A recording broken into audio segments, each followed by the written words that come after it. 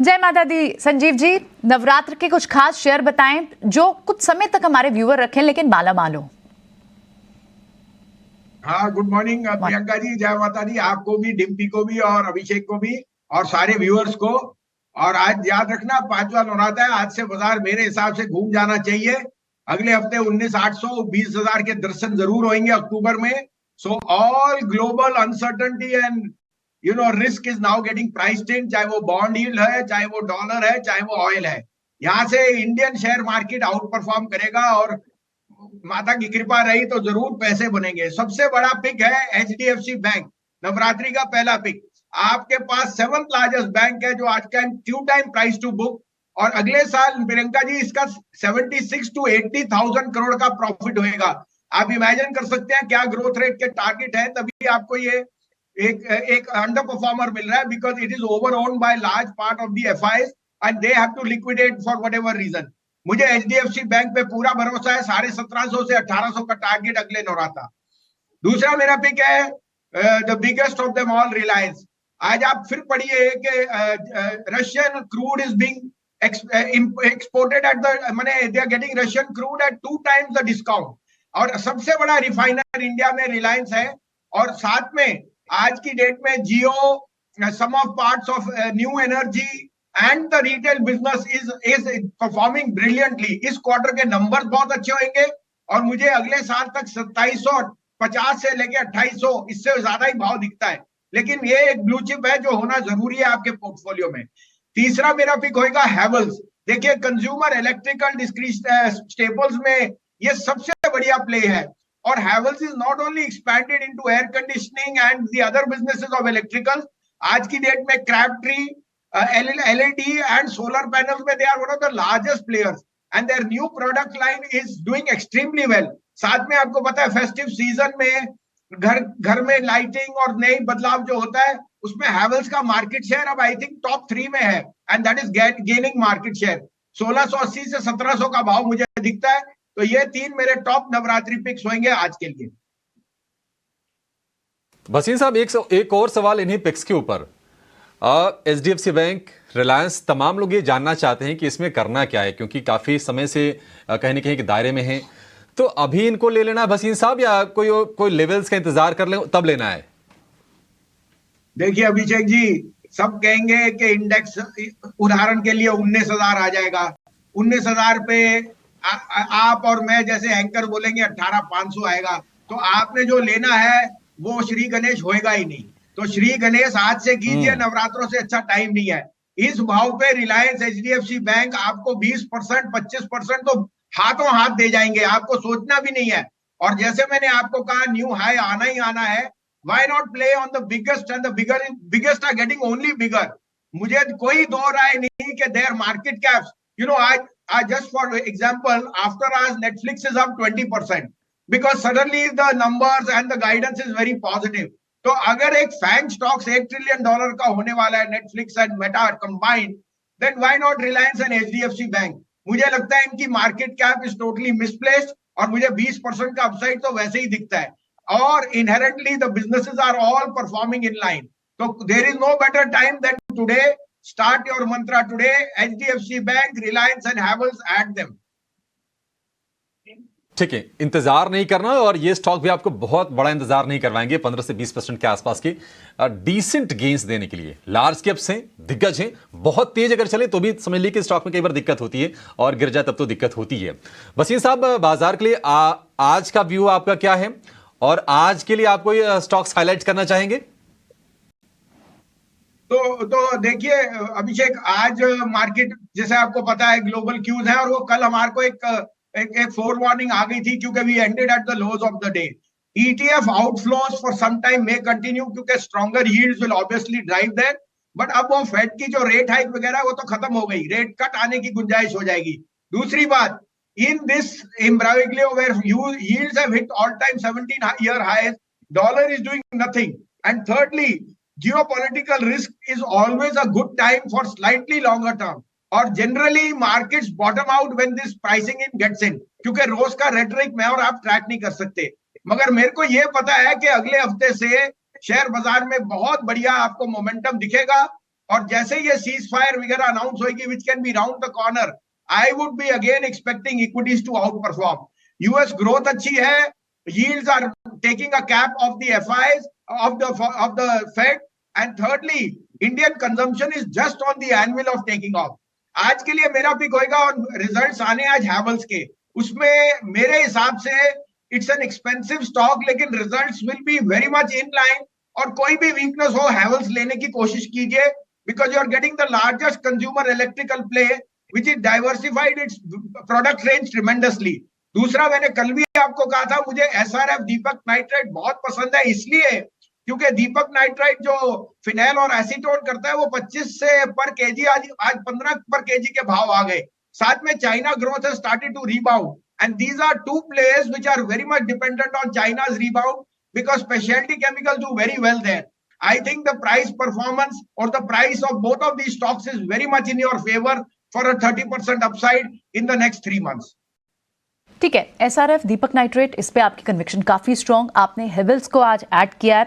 एक और चीज़ पूछना चाहेंगे संजीव जी, आपने मैरिको भी ऐड किया है आज, और लार्ज कैप स्पेस से कंजम्पशन प्ले में नेस्ले, एचयूएल, आईटीसी, इनके भी नंबर्स हैं, वहाँ पर आप कैसे कंजम्पशन स्टोरी को देख रहे हैं? क्या इनके नंबर्स का क्या ट्रेंड रह सकता है?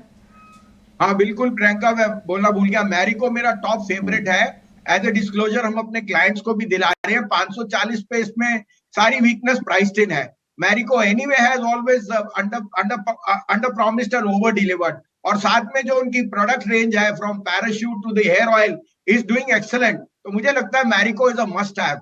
नेस्ले के रिजल्ट सबसे अच्छे रहेंगे, followed by Lever, and may be ITC is slightly lukewarm, क्योंकि cigarette volumes and margins on FMCG could be a little dampener, but it will be made up by hotels, जहां उनका 10% share of the hotel in they have a 10% of their volumes are hotels which have been performing very well। तो मैं Nestle के साथ जाऊंगा, followed by Lever and ITC, but मैं यहाँ जरूर कहूंगा Marico is a very much by this Diwali, this Navratra, and this can be a very good stable stock, क्योंकि आज की डेट में थोड़ी सी अनसर्टेनिटी में defensive like FMCG and pharma can be outperformers. Alright, बहुत बहुत शुक्रिया संजीव जी, ये सारे स्टॉक्स बताने के लिए। तो 3 खास नवरात्रि के शेयर हमने शो पे बताए व्यूवर्स को, और साथ ही आज के लिए हेवल्स और मैरिको जैसे ट्रेड्स आपके लिए इंट्राडे और पोजिशनल ट्रेड लेकर आए। बहुत बहुत शुक्रिया संजीव जी इन सभी ट्रेड्स के लिए। बिल्कुल, आईटीसी, नेस्ले, एचयूएल, इनके नंबर्स आने हैं, और एफएमसीजी कारोबार पर शायद आईटीसी में तो वहाँ पर तो एक डबल डिजिट ग्रोथ होगी, लेकिन होटल बिजनेस है किस तरह के, क्योंकि उनके एसओटीपी वैल्यूएशन में सबसे बड़ा कॉम्पोनेंट तो सिगरेट है, जहाँ से काफ़ी स्टेबल सेट ऑफ नंबर्स की एक्सपेक्टेशन है।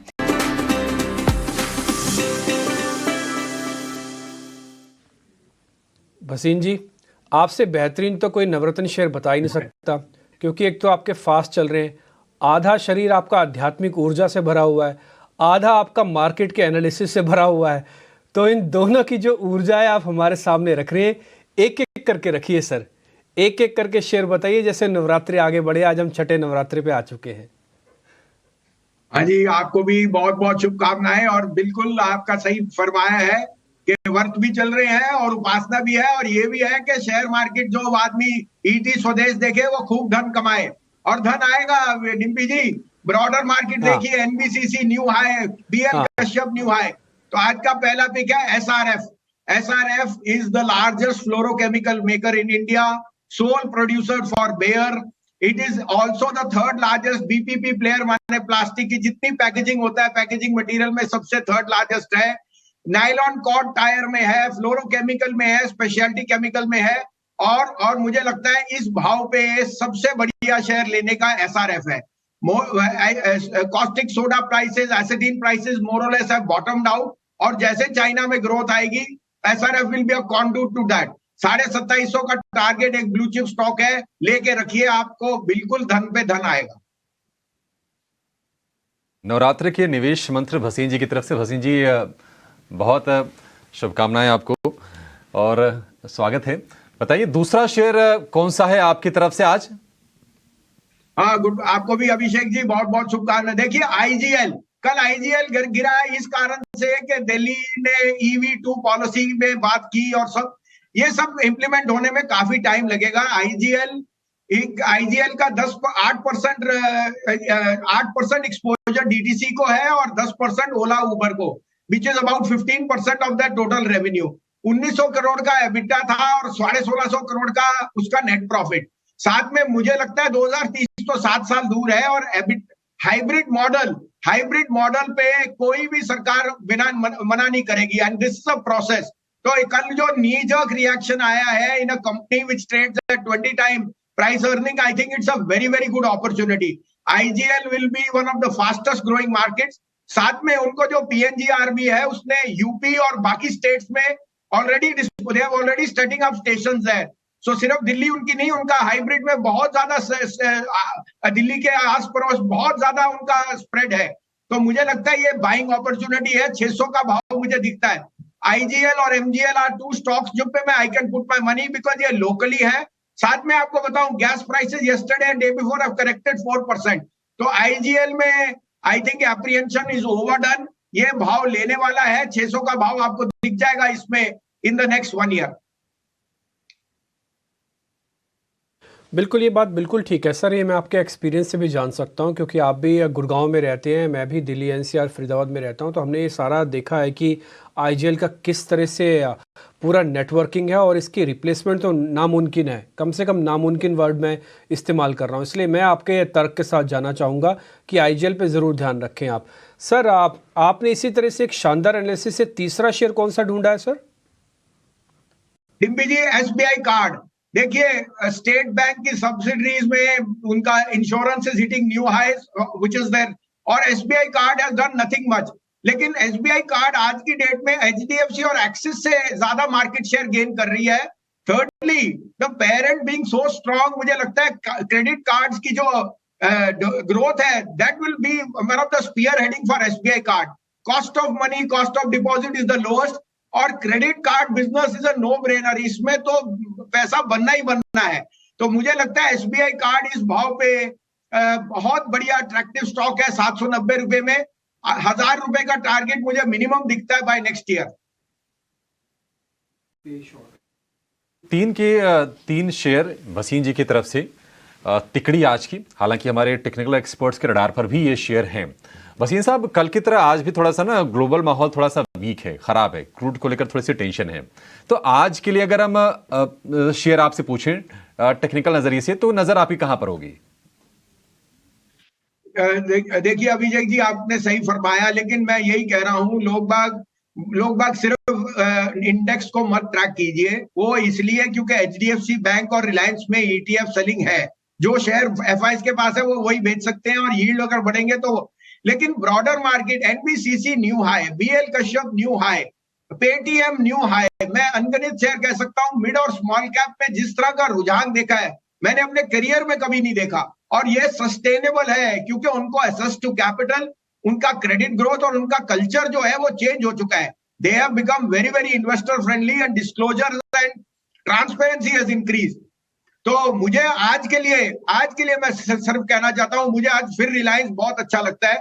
दिस इज वन स्टॉक जिसके रिजल्ट्स नेक्स्ट वीक है, जहां पे आरपूस रिलायंस है जो रशिया से, उनको डबल डिस्काउंट पे तेल मिल रहा है, which will add there to O2 chemicals, and the retail will come out with the best number. और हो सकता है नेक्स्ट वीक जब रिजल्ट्स आए कुछ रिटेल के डीमर्जर की भी बात हो जाए। तो मुझे यहां से इस हफ्ते और नेक्स्ट इस दिवाली तक रिलायंस में 10% की अपसाइड सीधी दिखती है। One large cap which must be in your portfolio is Reliance for today and the next 2 weeks.